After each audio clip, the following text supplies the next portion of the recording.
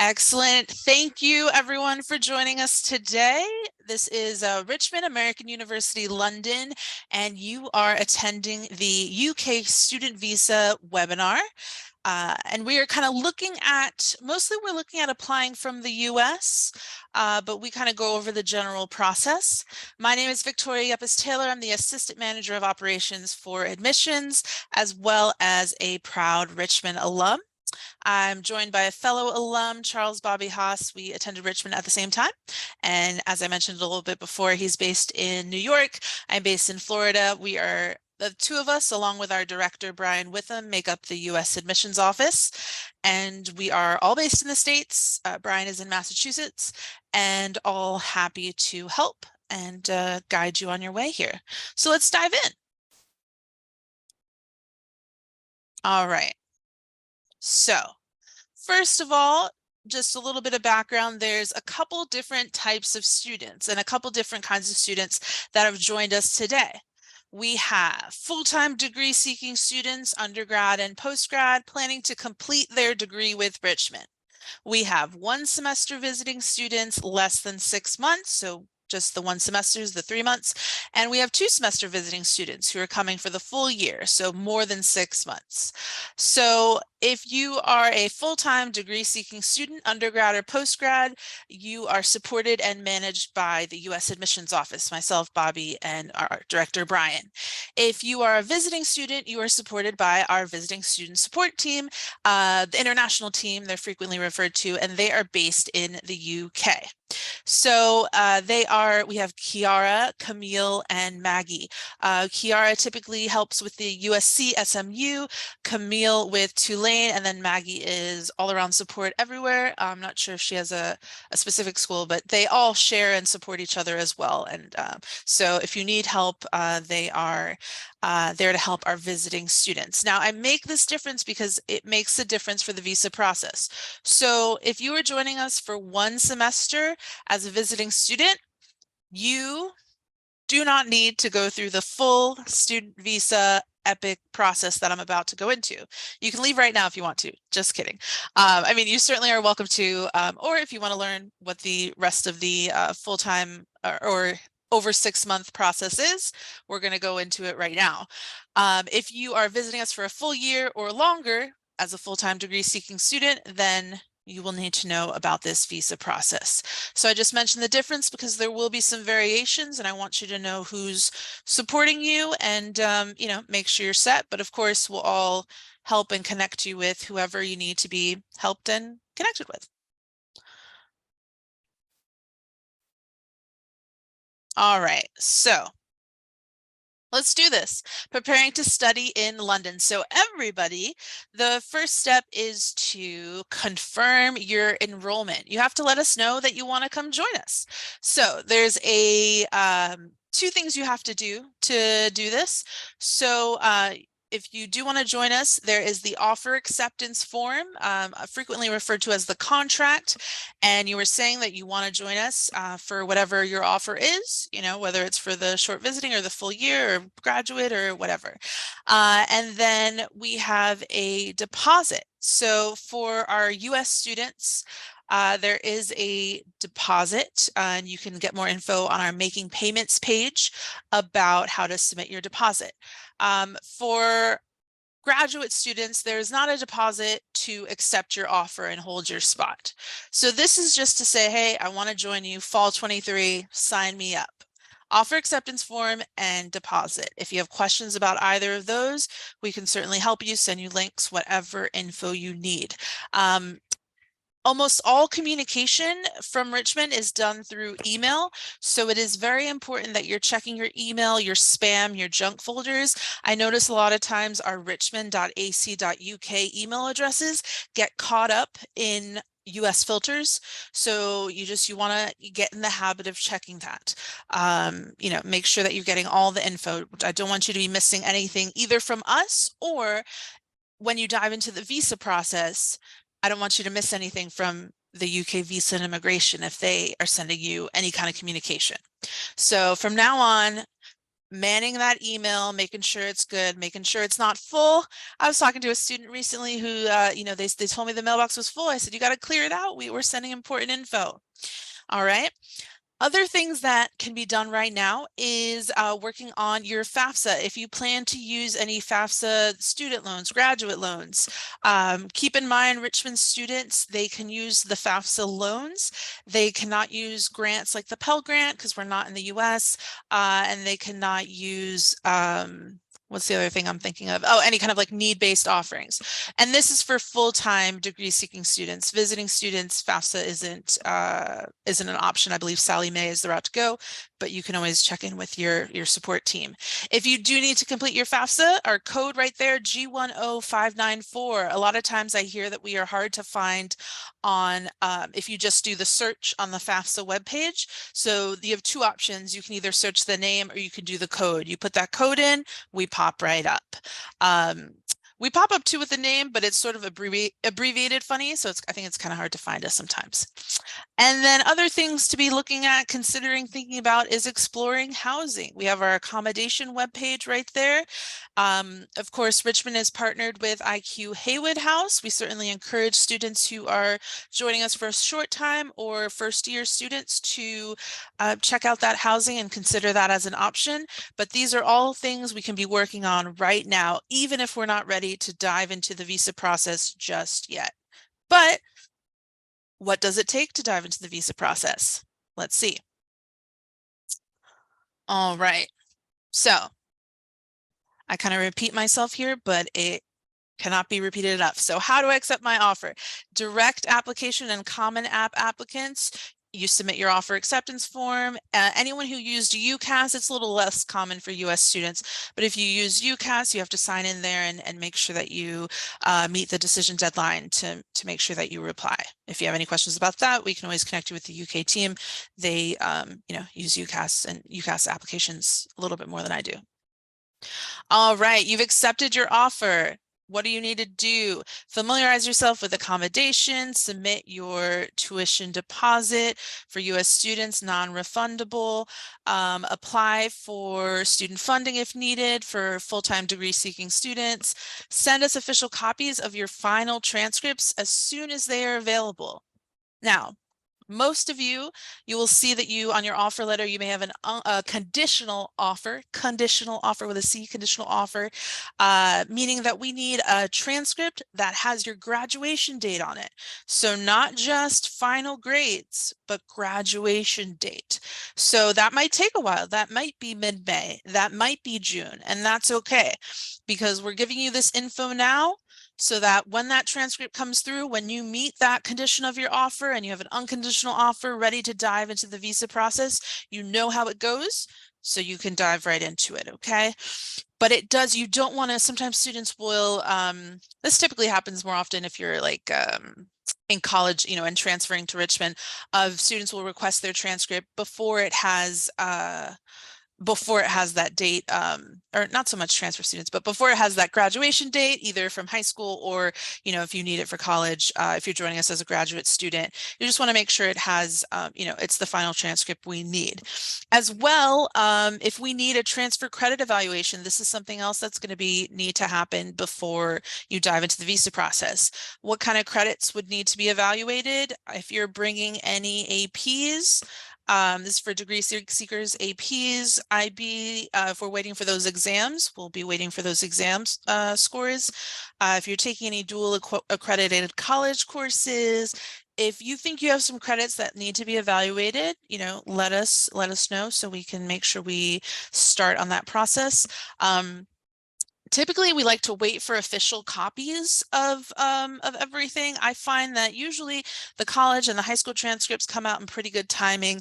It's typically the AP that come out a little later in the summer.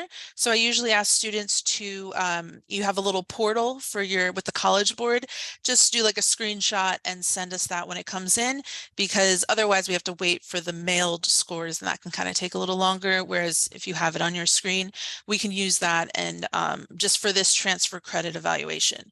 So haven't even dove into the visa process yet, and there's plenty of things to be working on and doing in the month of May.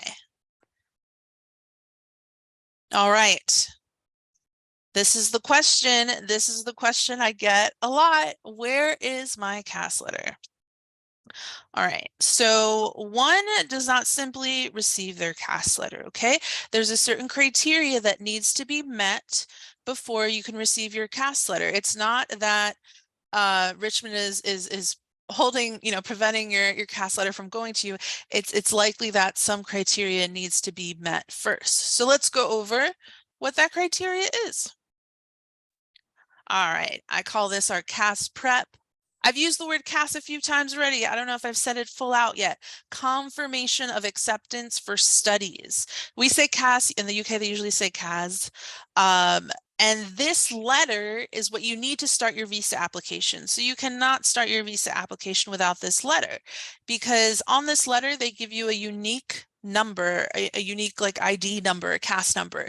So you can't get very far into the visa application without that number. So what do we need to get you this letter?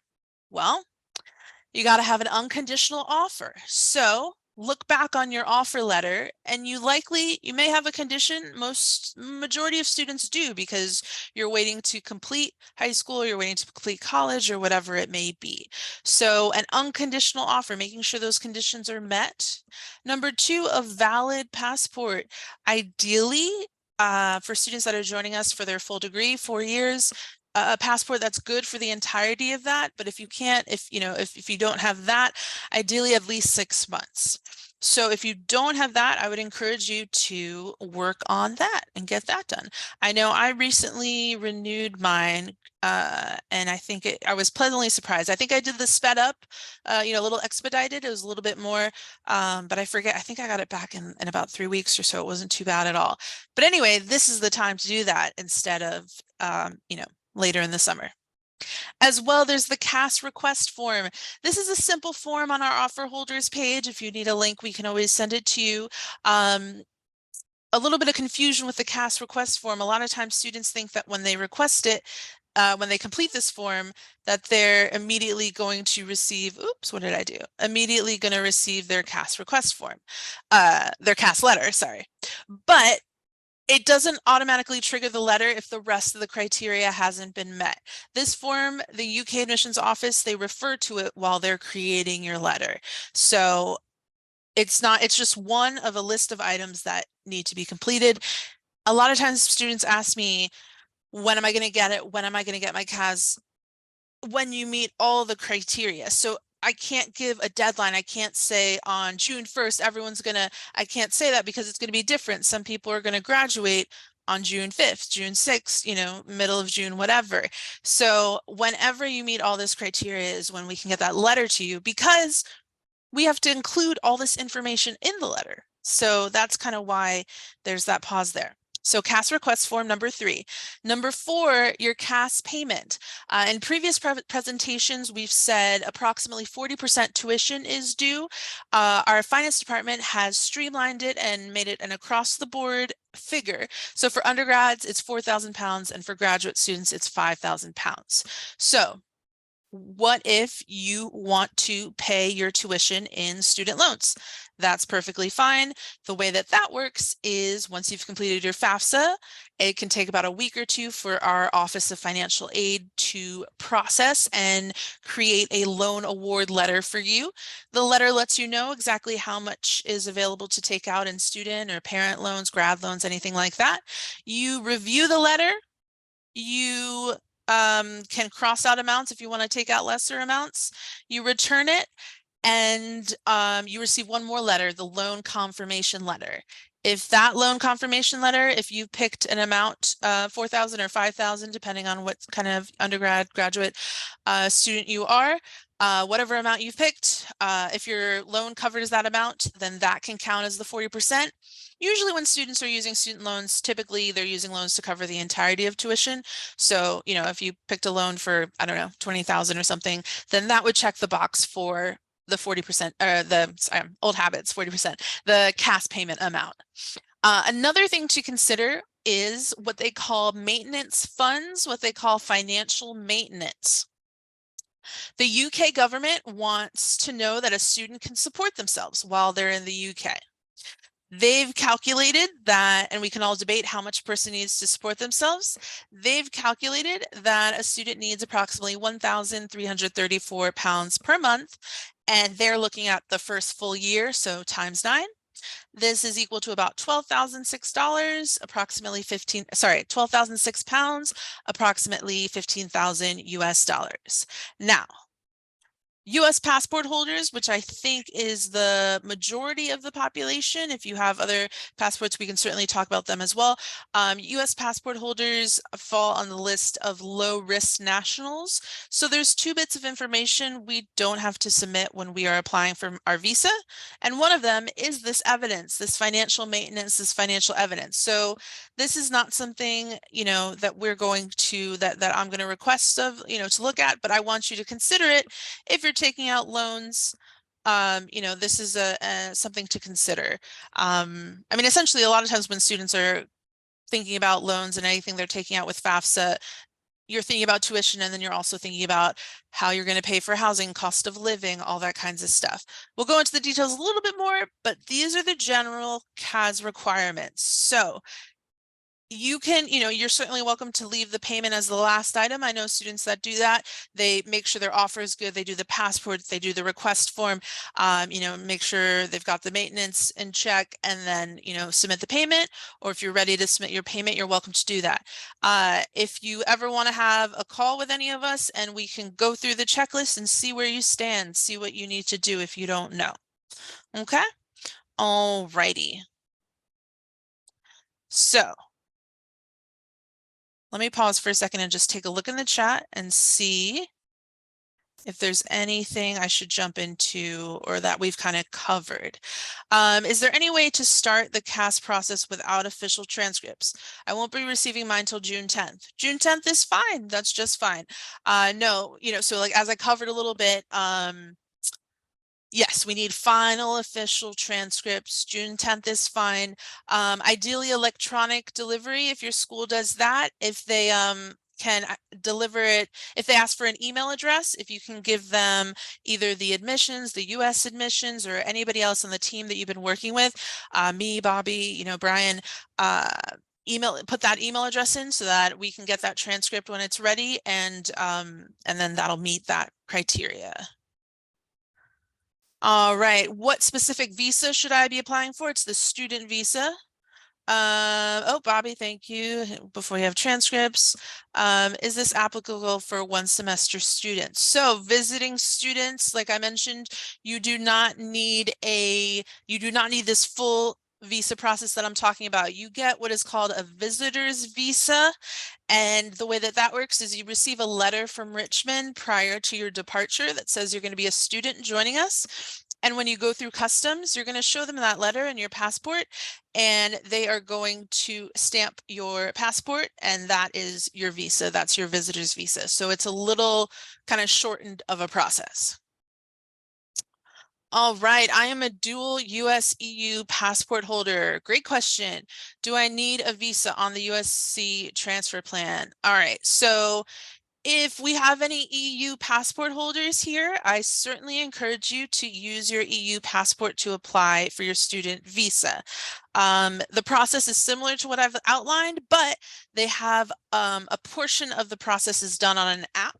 So being that it's done on an app, it's a little bit faster, and you don't have to mail off your passport. So it's a little bit faster of a process. So totally encourage you to use that.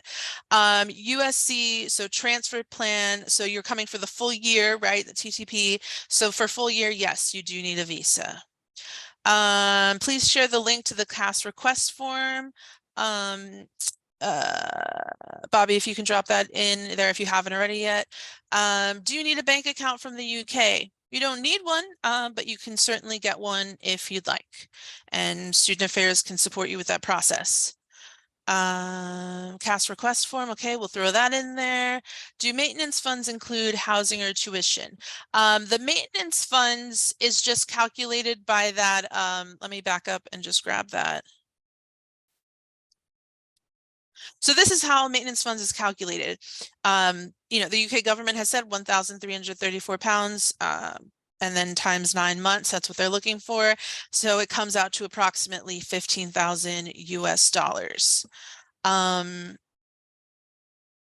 So they're thinking about, they're thinking about what would your living costs, what would your housing costs be, and that's kind of how they've calculated that number.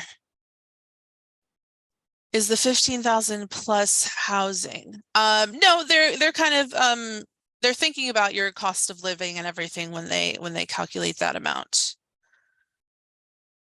Can you repeat email address for transcript?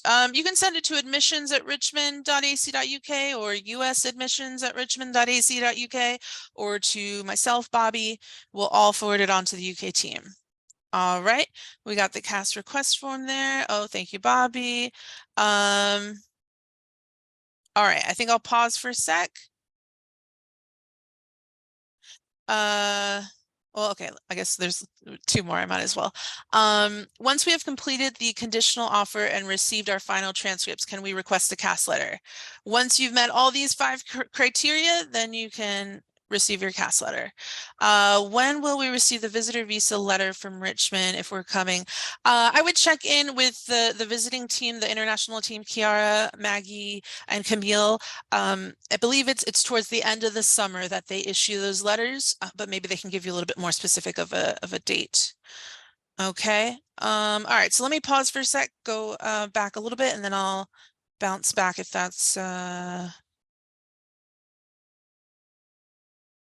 all right. Well, I'll take a look in the Q&A real quick. I'm having trouble getting official transcripts to start my visa process. Are there other options? Not particularly. If you want to reach out to us and give us a little more info about what kind of trouble you're having, we can definitely try to help you with that. If you're coming for just the fall, then when can we expect this letter that acts as our visa, and what beyond valid passport would we need? So if you're coming just for fall, letter around midsummer, towards the end of the summer, and then what else besides a valid passport? They need your offer acceptance form, and I believe it's they need a tuition payment. I believe it's the same, the 4,000 to 5,000, but good to check with the visiting team about that. But at least you know it's a simpler system. It's not as complex. Okay. All right. I'll come back to trying something different, doing a little back and forth. All right. Here we are. I have my CAS letter. Now, am I done? You're not done, but wait, there's more. All right, so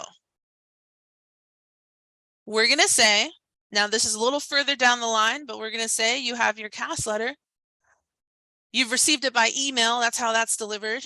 So now you can start your online application.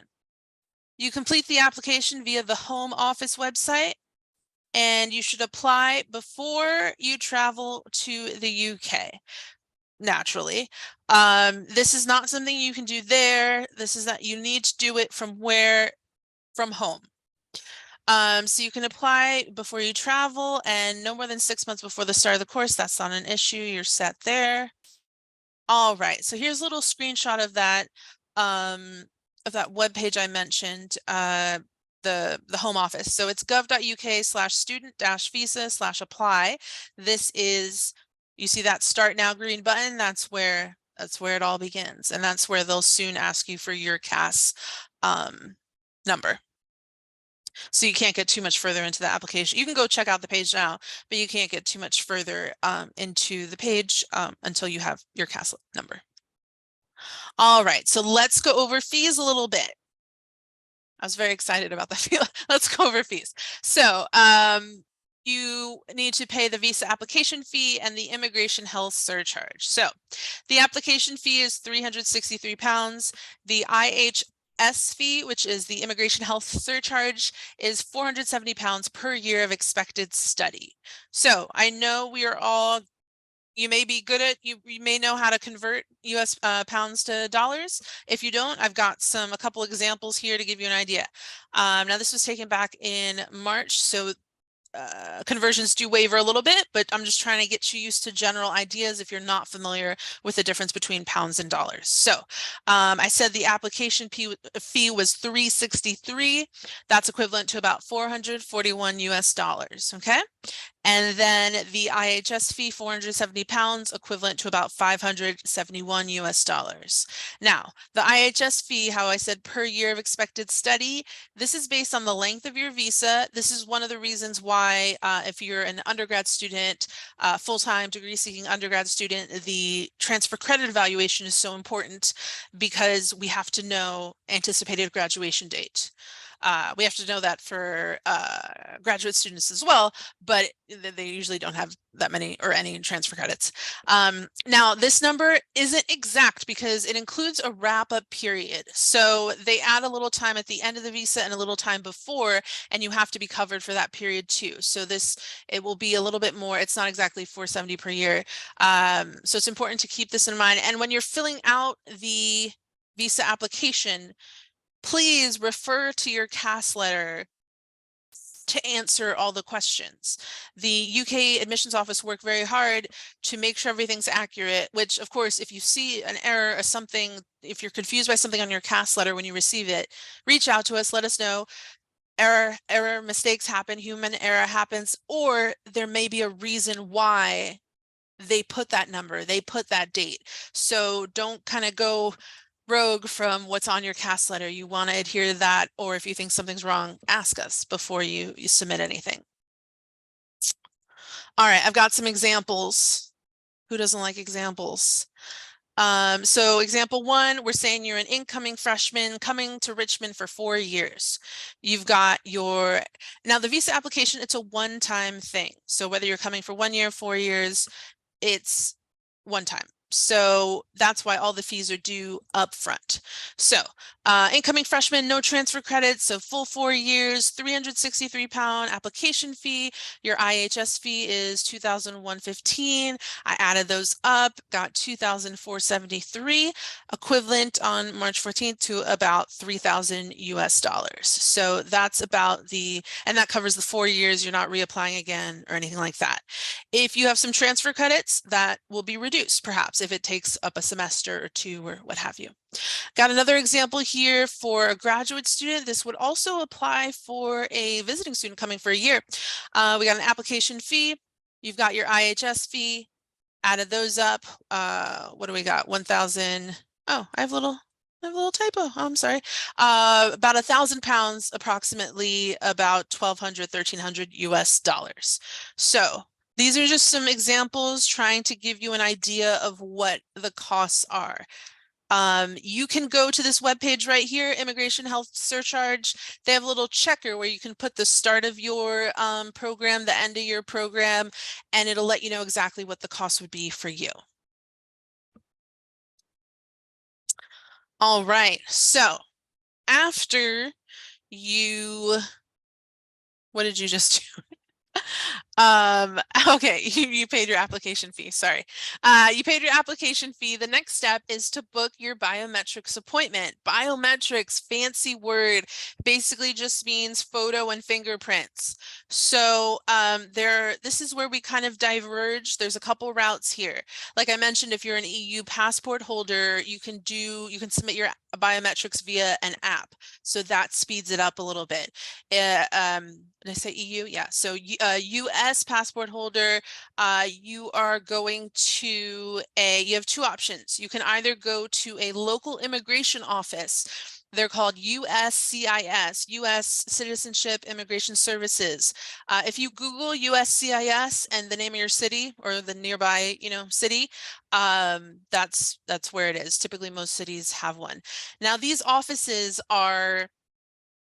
they handle immigration things for the US, people coming into the US, all kinds of immigration stuff. So they are not UK student visa experts. So that's why we try to answer the questions here, because they just know, take your picture, do your fingerprints, biometrics. That's their part. And then that's the end of their part. So you book these appointments. Typically, they book about a week or two out from when you complete your application, your visa application. I'll have a better idea of how timings go when students that I'm working with start diving into this process. Since it's it's a state thing, each of these USCIS offices, I notice the timings can be vary a little bit state to state. So it's only once I get that feedback from students saying, oh, I got an appointment next week, I got an appointment in 2 weeks. But it's typically about 1 to 2 weeks that those appointments are. And they're pretty simple, pretty quick. After the appointment, they should give you kind of a receipt from your appointment and information about where to mail in your application. I mention this because sometimes they forget to give me this paper. So when you go to this appointment, you want to say, hey, aren't you supposed to give me something? Yeah, a little information. So you just want to make sure that you get everything from there before you leave. So these are the notable differences that's the standard route that I just described, going to a USCIS. There's also a premium route. When you are completing your visa application, you can elect to go the premium route. As the word premium suggests, there is an additional cost for this route, and it has a faster turnaround. Premium centers, there's about 10 in the US. They typically favor the coasts. They're in basically the 10 cities you would kind of think, but we can look them up, let you know what the nearest is towards you. They have a bronze package that isn't really a faster turnaround. It's about 3 weeks, but by going there, you're speeding up the process of not having to mail in your stuff. You're just submitting it. They have a silver package that offers about a 5 business day turnaround. That's the most popular. That's an amount of additional $800, $900 on top of the visa cost we talked about. And then there's a gold package. I don't think the gold package, I think that should kind of be reserved for international crises. That one's about a 24 to 48 hour turnaround, but the cost about doubles the visa application. By having this presentation months before the start of classes, I don't think we should need, anyone here should need that, but they have it available if you'd like it. All right, so focusing back on the standard route, the mail-in route. So once you book your appointment, after you go to the biometrics, you do the fingerprints, you take the photo, you have to mail in your application, and this includes your passport. Mail my passport, the horror. It is okay. People do it all the time. You do, premium delivery as fast as possible. You track it along the way, and if there are issues, we, deal with them then. But that is how the standard route goes. If you don't like that, then there's the premium centers, and you can go that route, and that's where you deliver everything in and do your biometrics at the same time. But first, if you're mailing, which you have plenty of time at this point in the game. This process takes about 3 to 5 weeks if we go this route. So if you're mailing, you're sending in a copy of your application. You're sending in your passport. You have the option when you're filling out the application online to upload an image of your passport. I do not know why they have this option, because this does not meet the criteria of sending in your passport. Victoria, why do I have to send in my passport? Because they're going to put a physical sticker in your passport. They can't do that on an upload. So you do need to send in your passport. A return shipping label. When you're filling out the visa application, there are some options where you can pay for the shipping to be kind of part of it. So if you pick that, then you don't need to include the label, but just make sure return delivery is sorted. And any supplemental documents, supporting documents that they've requested, this is kind of rare, but just in case there's something that they asked you to submit. But the main thing is that passport, as I have bold and highlighted and everything. The address is all of the applications. If you go to a local USCIS office and are mailing in your application, they are all mailed to New York, New York, New York. I've kind of blocked out the address because sometimes it changes. So I want you to follow what address they give you on that sheet when you leave your biometrics appointment. That's where you mail it. All applications must include your current passport. I pulled this from the UKVI website, with at least a blank page on both sides. If your application is submitted without your passport, the application will be refused. Now, I happen to know from some stressful applications that it's not necessarily refused. We have reunited a passport with an application, but That's not fun. So please, and the thing is, if you reach out to the UKVI and you realize you haven't submitted your passport and you ask them, hey, do I need to submit your passport? Their customer service for the UK Visa and Immigration and VFS Global, who processes the applications for them in the US, their customer service is not ideal. So I want to make sure that your application is as perfect and excellent as possible so that we don't need customer service. But if you do, it is there, but let's avoid it if we can. And step one in doing that is making sure that you submit your passport, either the mail-in route if you're going the standard route, or delivering it in person if you go to a premium center. All right, we're getting there. We're almost home. On the right here, this little sticker here is a sample of what we are striving for. It's a little screenshot of like a sample. This is the sticker that they're going to put in the passport. When you receive this, they call it a vignette. I call it a sticker. When you receive this, you have, it gives you a window of, you can arrive up to 28 days before the start of classes. And then the sticker does expire in 90 days, 3 months. So a lot of times students will say, whoa, what happened? I signed up for 4 years. Why is it saying this is expiring? And this is expiring because this sticker will expire. You will then graduate to having a biometrics residence permit, BRP card. It's like an ID card, like a driver's license, like that kind of card. And you pick this up at a local post office. When you're filling out your visa application, they'll ask you where you want to pick it up, and you can put in a zip code. It's up to you. You can put in the zip code for our address in Chiswick Park. You can put in the zip code for where your housing is. It's just whatever your local post office is. It's not like you have to go to one specific post office. They don't want everybody turning up at the same post office. They want to spread these out across the city so that, you know, students just go and can easily pick up their BRP card. The BRP card will show the full length of the visa. Now, here's a difference. If you are an EU national and you use the app, then you do not have the sticker. You receive a digital version, and you send an update to the UK admissions office so that they can confirm that all is good, but it's not a physical sticker, it's a digital version. So the EU route is a little faster because you're not doing that mailed part. Oh my goodness. All right, so that is essentially the journey there. I feel like it always catches me at the end. Okay. All right, so let's see. It looks like we have plenty of questions. I'll start with the Q&A this time. First of all, thank you for hanging in there with me. I know it's a lot. But basically, you just want to keep moving stage by stage. Make sure you're progressing. If you have any questions, you let us know. I'm a US passport holder going for 6 months. I do not need a visa. Can I travel out of the UK during my study time? Answer that. Yes, yeah, you can travel. You can travel. You can, I know sometimes they suggest, you know, keeping that letter with you. But yeah, you're welcome to travel. Are students who are coming for 1 semester required to do biometrics? No, because you're not doing that whole journey. You're just doing the letter and then the stamp at customs. Also, for these same students, will they pay the health surcharge if not applying? No, because you're not doing the full student visa route. All right. Can you reiterate going for about organizing the passport return service?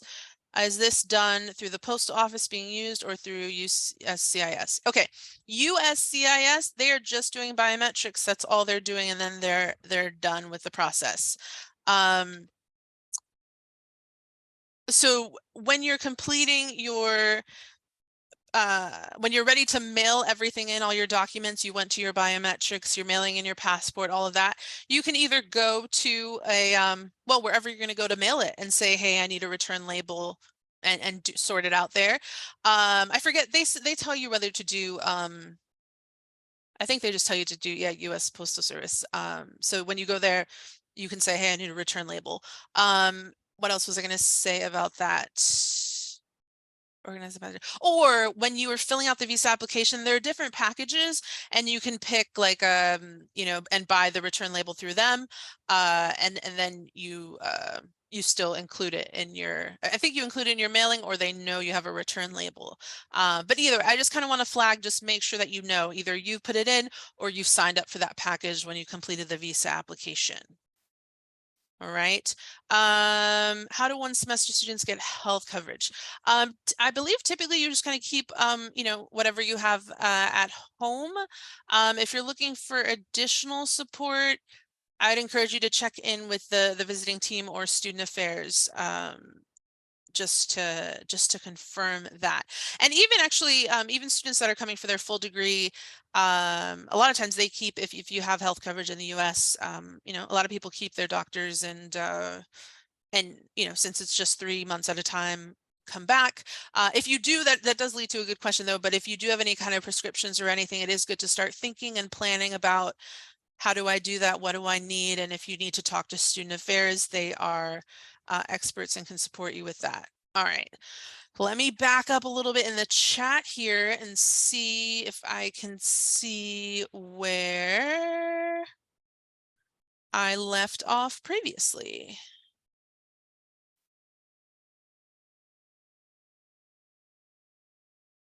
All right, I see Bobby's been busy in here too.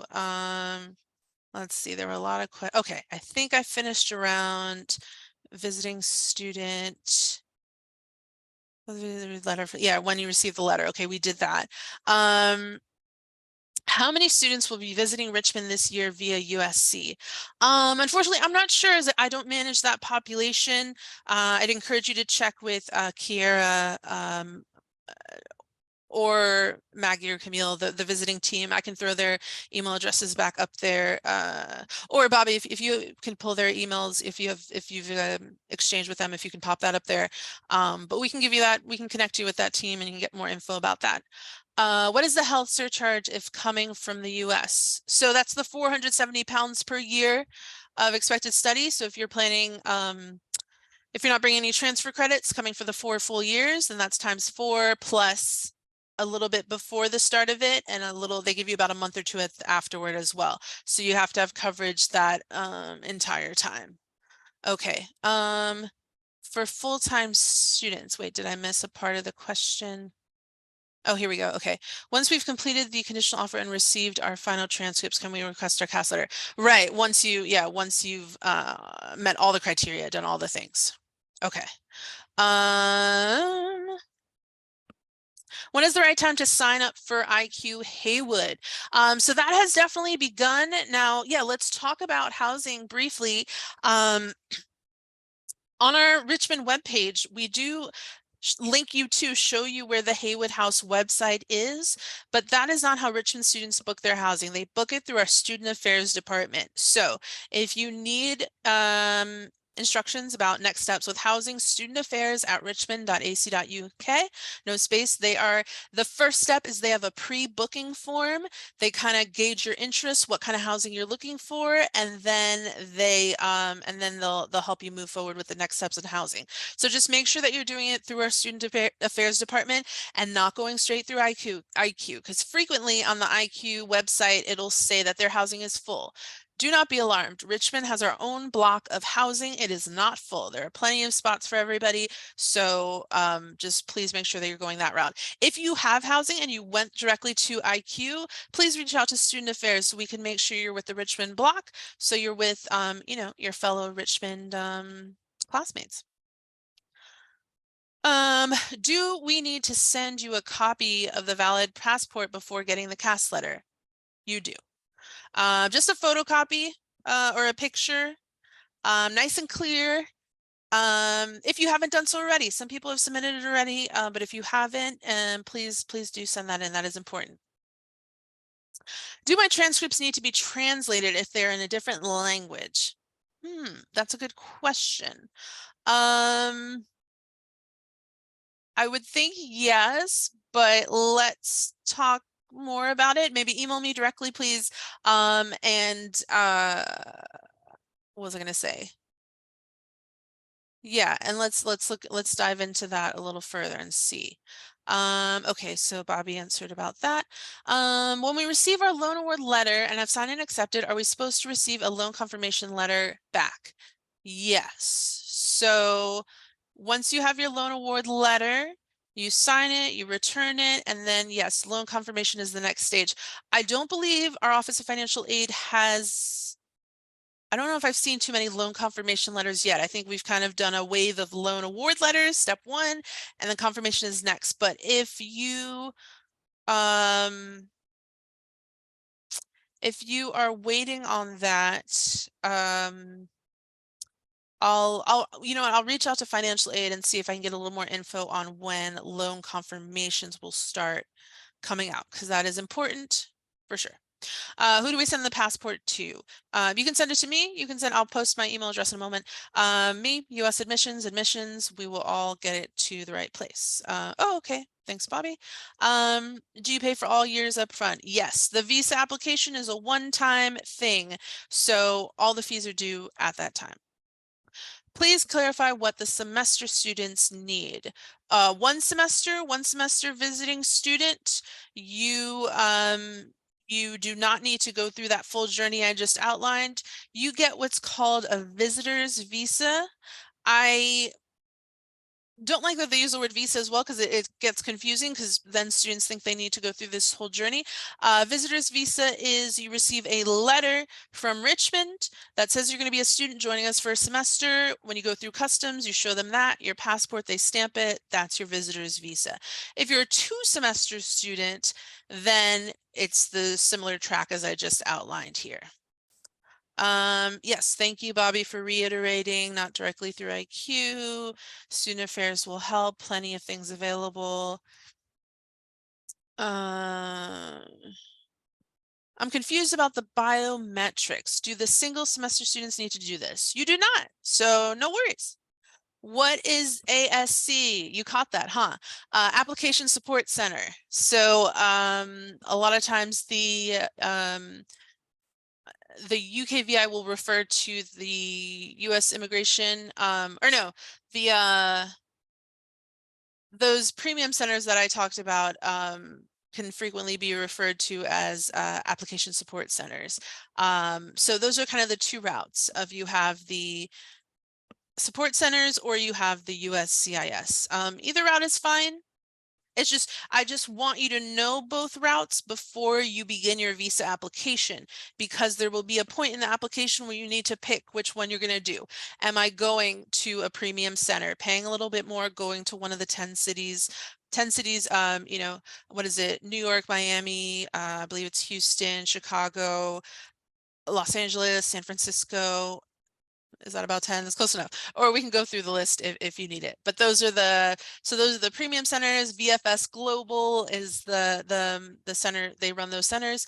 Or if you're going to a local USCIS office. I know it is a little confusing. If you have any, I think I kind of want to give you the general journey, the general picture, and then as you move forward through each stage, we can always check in.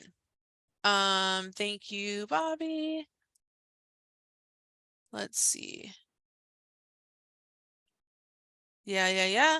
Can you reiterate organizing the return service? Is this done? Okay, similar question, I think. Postal Service or USCIS? It is not USCIS. So USCIS, they are just doing biometrics. That's all they're doing. If you ask them about the UK visa, you might get somebody who's familiar with it, but that's not their deal.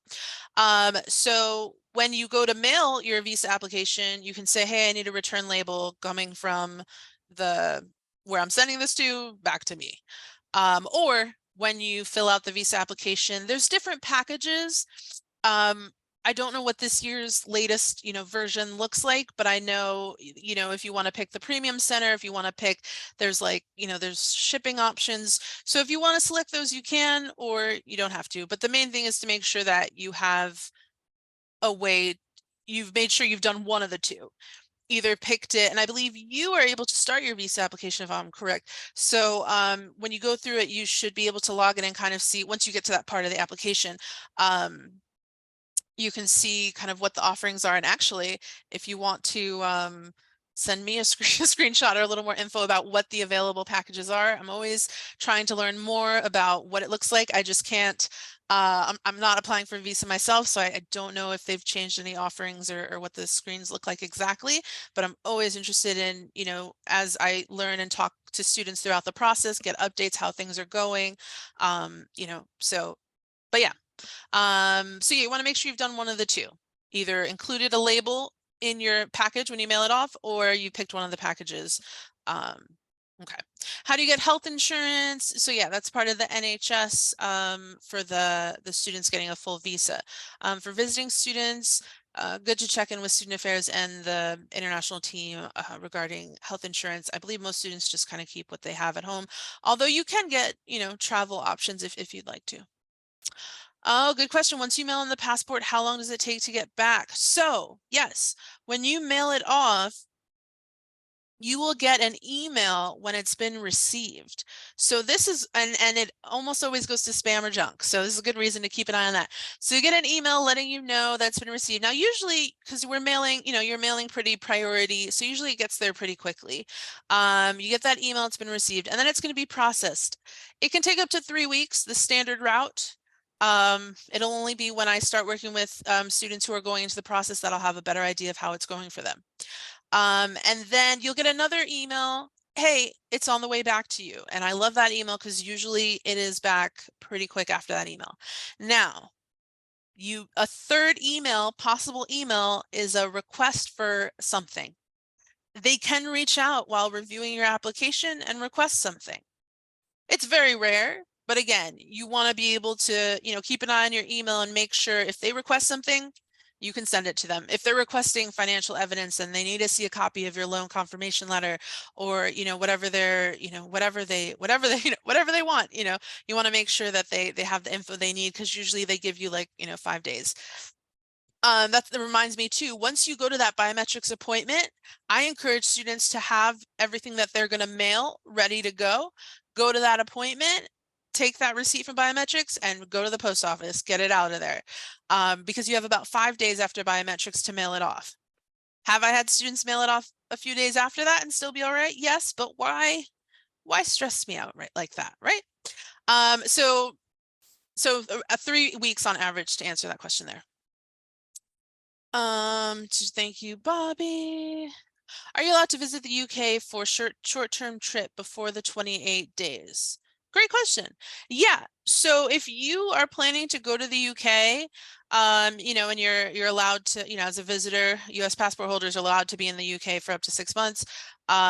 Now that's an important note. US passport holders are allowed to be in the UK for up to 6 months, but in order for Richmond to take you as a student, you've got to either have this visa that we talked about or the short-term one if that's the one that you're doing. But anyway, so let's say you make it through, you have your visa, you do need to make sure you have your visa before departing, because this is just good to think about if you're doing any kind of international travel this summer. There's a point where you're going to be sending off or submitting your passport. So good to kind of keep that in mind. But okay, back to your example. Sorry. So let's say you have your visa, you're all set, you're sorted. And well, I'm curious if you're a visiting student and you just, in any case, basically, if you enter earlier than the 28 days, what you would need to do is exit the UK. You would enter just as a normal, you know, visitor, tourist, what have you. You would exit the UK and then you'd have to re-enter in that 28 window period. And that time you show your visa and you go in on that. You don't have to go all the way back to, you know, the US or home or, you know, wherever. You could, you know, go to the country over, go to Paris, you know, whatever.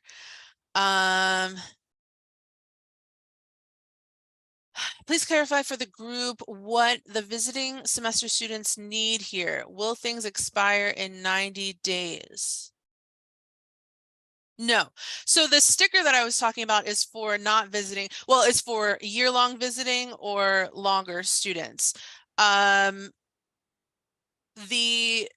visitor's visa that I was talking about, the stamp in the passport, That's for students studying with in London in the UK for 6 months or under 6 months. So if you're a student studying for under 6 months, you get the visitor's visa. There's no 90-day expiration. All right, cool, Bobby, cool, Bobby. Once transcripts are submitted, what is the average time to evaluate and receive your CAS letter? So transcripts submitted, offer unconditional, payment submitted, passport good, financial maintenance. If all that is check,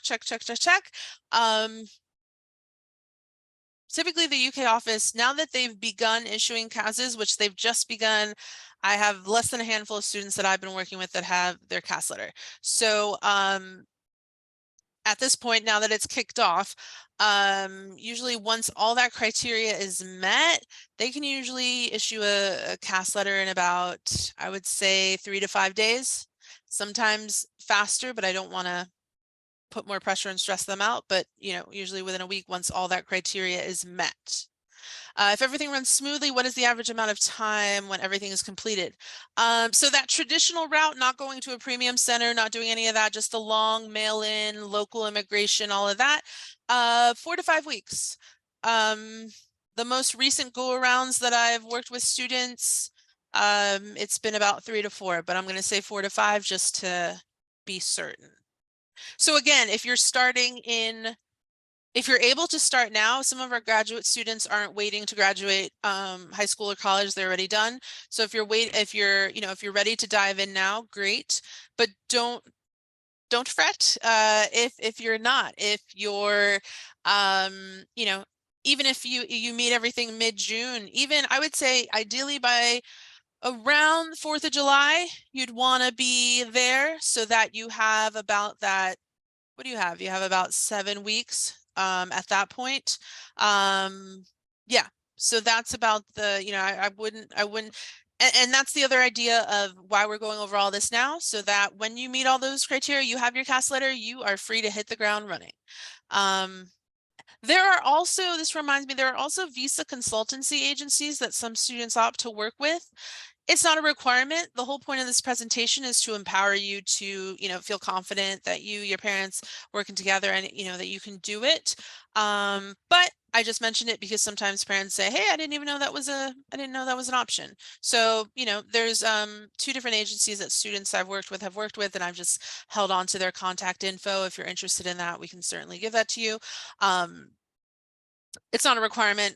I don't get any points. It's not, it's nothing like that. It's just, if that's what you prefer, you can have some extra support if you'd like. What do you think is the most important thing to be doing right now for getting a visa? I think going back to kind of the beginning, those, first thing I would pin is kind of when is graduation? When will I have that? When will I meet the condition of my offer? If that's something you need, or when will my classes end? If you're a transfer student or whatever. So that, because then if you know, okay, I'm not going to meet the condition of my offer till then, it kind of relaxes you in a way of like, all right, let me work on everything else so that when I have that, we're all set, all right. Oh, I should read Bobby's answers before that all makes sense. Who do we provide the local code to? It's when you complete the visa application. When you have your CAS letter and you are typing in your visa application, filling that out, they'll ask you for a local zip code. So you can either use the Richmond zip code on our website, the contact us. It has our address. You can use our zip code, or if you know around where you're going to live, the neighborhood, something like that, you can use that zip code. I just mention it because a lot of times, well, yeah, it's surprising if you don't, especially because their zip codes have letters and that's different from a US perspective. How long does it take once we are finally there? So yeah, once you arrive in the UK, you've arrived on your visa. I believe they say in about 5 days you can go to the post office and pick that up. I think that's about it, but they'll let you know.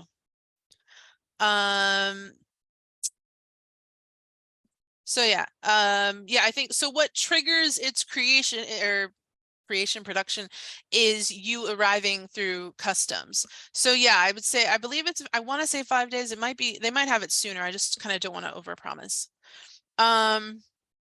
Is there anyone I should work with directly as a US veteran regarding payment? Oh yeah, if you have if you're planning to use any why can I not think of any of the words? Like the funding, what is it? VA's funding, then yeah, please reach out to us. We can connect you with financial aid. I know they will need the COE, Certificate of Eligibility, to get started. What if I plan to travel during the summer and I need my passport, but it's being used for your visa? What did Bobby say? You'll need to arrange travel before you send off your passport. Yeah. So you got to think about this. You got to think about this, about whether when your trip is, or trips, whatever, whether you want to, because yeah, your passport will be away during that period when it's off.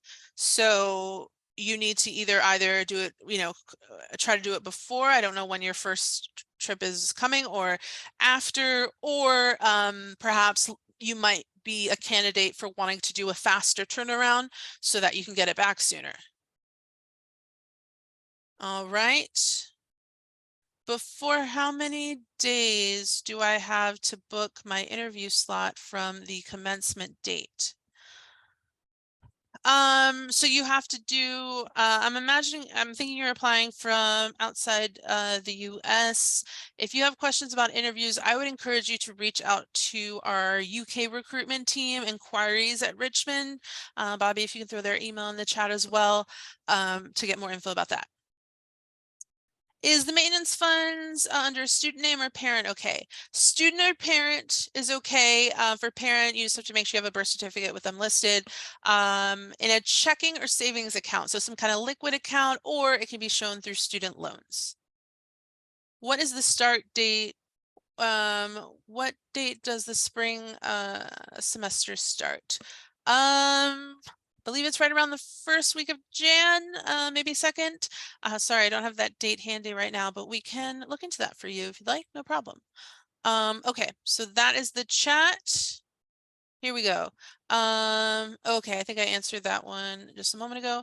I'm a one semester visiting student to travel to Europe. Do we just need our passport and the letter, or do we need something else? Yeah, you should just have your passport, and it's helpful to have the letter with you as well. You can check with the visiting team to see if they suggest anything else, but I've reached out to them to kind of, just double check on that, and they said that, yeah, that you should be able to travel. I'm a TTP student with USC. Can I just stay for a single semester? I would check with Kiara, your USC support with Richmond, to confirm. Yeah, I don't want to speak to it. I'm not, I don't manage your population, so I'm not 100% sure. I want to say yes, but I can't. I'll leave it to them to answer that. Let me get some more info up here for you all. So first I want to say thank you so much for joining us today for our visa webinar. Check out this info and email addresses here. US admissions can be reached by usadmissions@richmond.ac.uk or US_admissions@Richmond. They all go to the same place. The UK admissions office can be reached admissions@Richmond. Myself, Yepis V or Taylor V at Richmond will get to me, and then Bobby can be reached by haasc@richmond.ac.uk. Let me see, any other notes from Bobby? I don't think so. All right, so first we got one, yeah. So first I'm going to, oops, what did I do? Oh, I know what I did. First I'm going to conclude the recording. Thank you so much for watching this recording.